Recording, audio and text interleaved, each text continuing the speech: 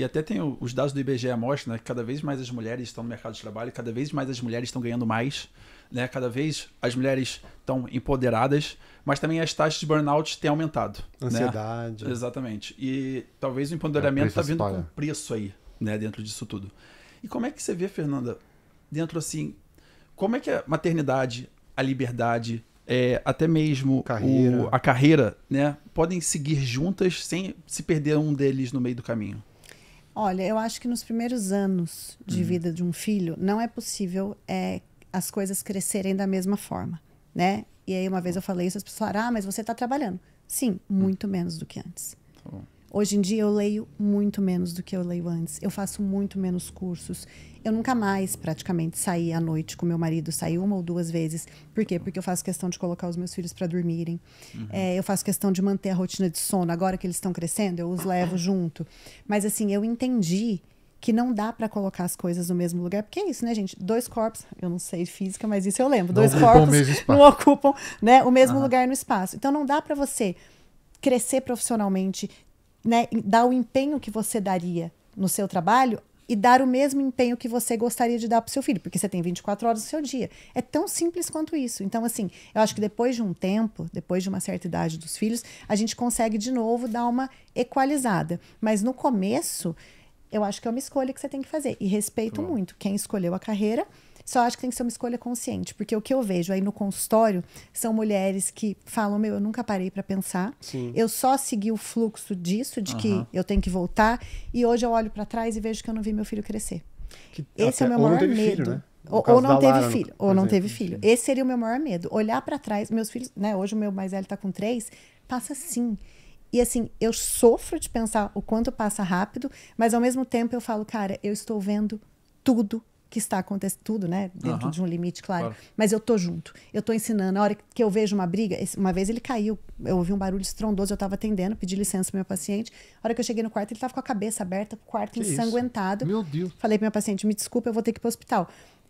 E você imagina se me ligam da escola? Óbvio que isso pode acontecer, óbvio, quando ele for pra escola, mas assim, é tão bom você poder estar perto e poder, na hora que ele foi tomar a injeção, não falar pra ele que não ia doer. Eu falei, filho, vai doer.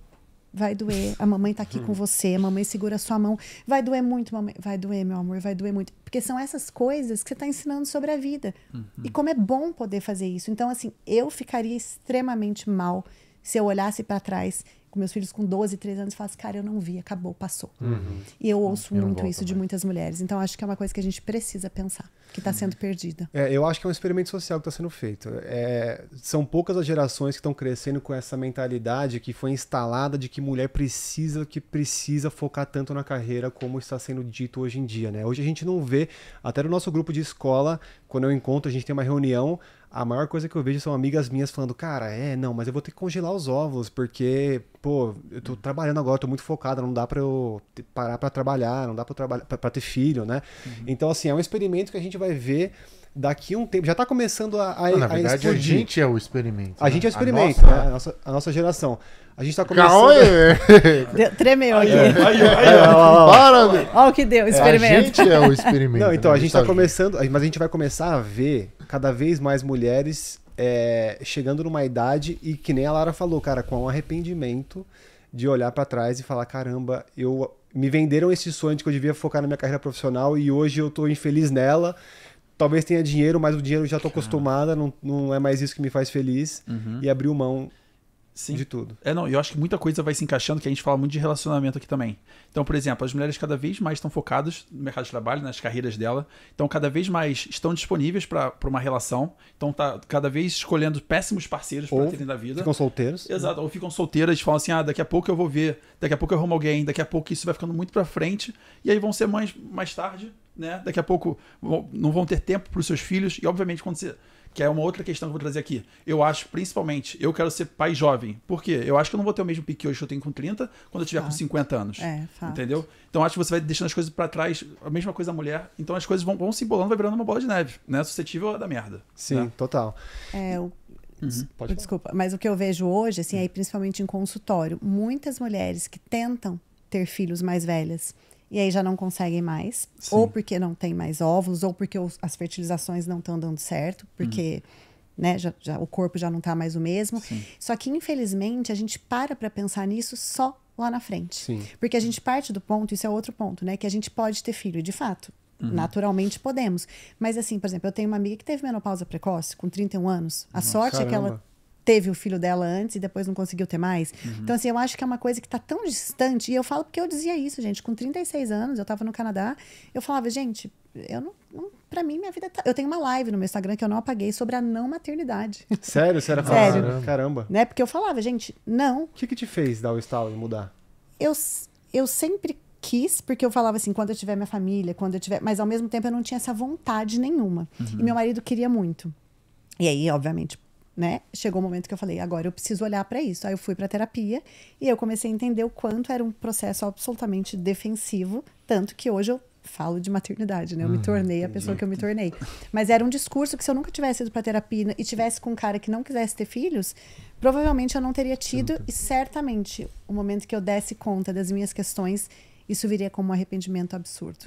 Então... E você vê como um propagador dessas ideias, né, de não querer ser mãe, você vê como uma coisa que propaga isso, a cartilha feminista, talvez? Ah, sem dúvida nenhuma. Que é o né? que mais fala, né? Pô, foca no trabalho, não dependa de homem, congela seus ovos, enfim, né? É o que eles falam, o empoderamento da mulher, né? Então, e é totalmente desconexo da natureza humana, né? Porque no fim, a hora que a gente vê, por exemplo, as feministas, né? Quantas feministas a gente conhece que são de fato felizes?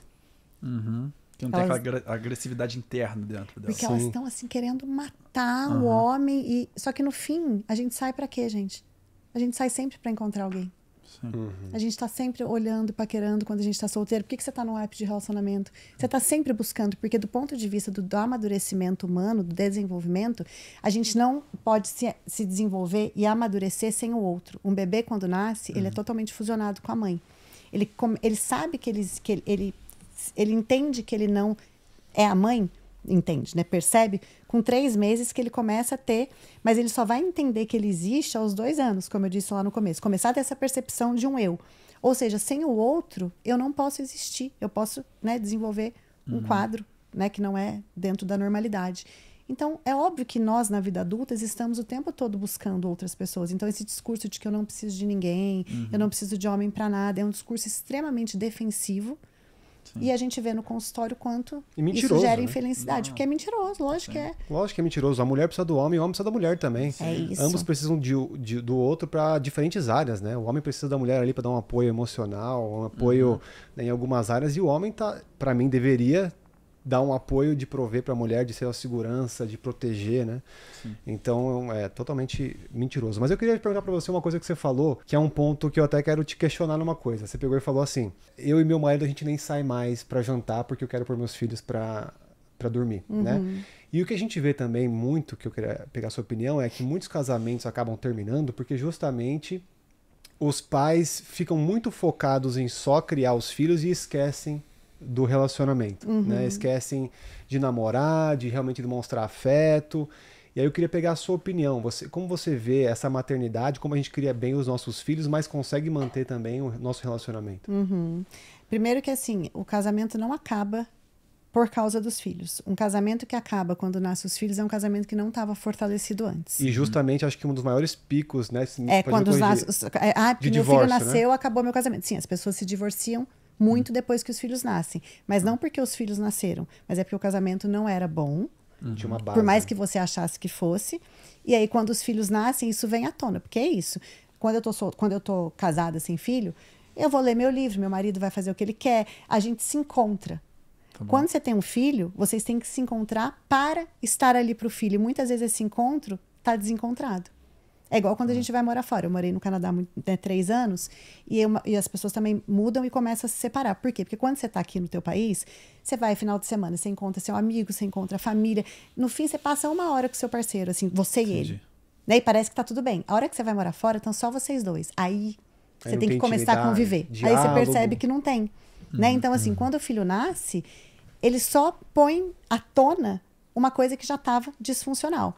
É claro que a gente tem que cuidar da relação, mas não é saindo para jantar necessariamente. É claro que eu sinto falta de sair para jantar. É claro que eu sinto falta de viajar. É óbvio, mas eu entendo que isso vai voltar, que isso tem um tempo.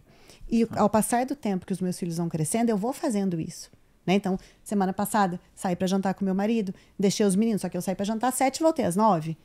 Então, é claro que as coisas mudam e com o tempo tudo vai voltando. Mas a gente faz jantares em casa, a gente faz, né? A gente está em casa juntos, e é uma escolha de nós dois, pensando que assim, daqui a pouco isso vai passar. Por exemplo, viajar. Eu amo viajar.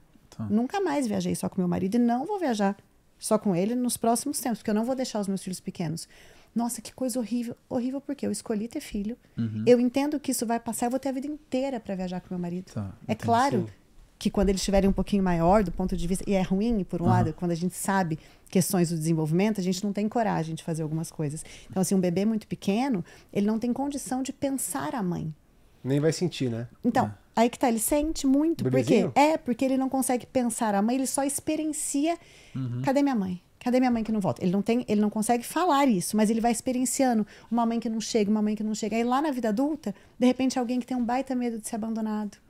O medo de que todo mundo termine o relacionamento com ele. Por quê? Porque de repente ele viveu experiências de abandono dessa mãe que ficou longe, só que como ele não tem linguagem e memória para poder lembrar, ele só experienciou, isso fica marcado no peito como tatuagem. Então é uma experiência que norteia a tua vida toda. Então, sabendo disso, como é que eu vou deixar meu filho de 1 ano em casa? Mas, por exemplo, ele consegue diferenciar se ele ficou com a avó? Ele sabe que não é a mãe? Sabe. Ah, ele consegue saber. Sabe. Não pelo pensamento. Tá? Pela Pelo experiência. cheiro, É pela talvez. experiência, é uma experiência. Sabe assim, quando você sente na vida adulta, sei lá, putz, a gente tá no avião, né? Tem baita medo de viajar de avião. Não sei de onde esse medo vem. Cara, de eu tenho repente, isso aí. eu depois que eu tive filho, eu também passei a ter. Mas assim, aí de repente você vai entender lá em terapia que, na verdade, o avião é um simbolismo de uma perda. Aí você vai entender a história dessa... Porque o avião cai e todo mundo morre. Tá, porque na tua história, de repente, teu pai saiu de casa quando você tinha 2 anos de idade e nunca mais voltou. Descobri, foi o fogo lá, o incêndio. Incêndio, E é por pegou. isso que eu tenho Passou medo o de avião. avião, se lembrou. Exato. Então parece que a gente tá falando, nossa, que tá viagem. Cara, a hora que você tá num processo terapêutico, numa análise, né, que é o que eu faço, você vai conectando tudo. E aí você fala, cara, é muito importante tudo que acontece na infância. Tá. Se você gostou desse vídeo e quer assistir mais uma viagem nossa, clica aqui desse lado ou desse para você assistir mais uma trip nossa.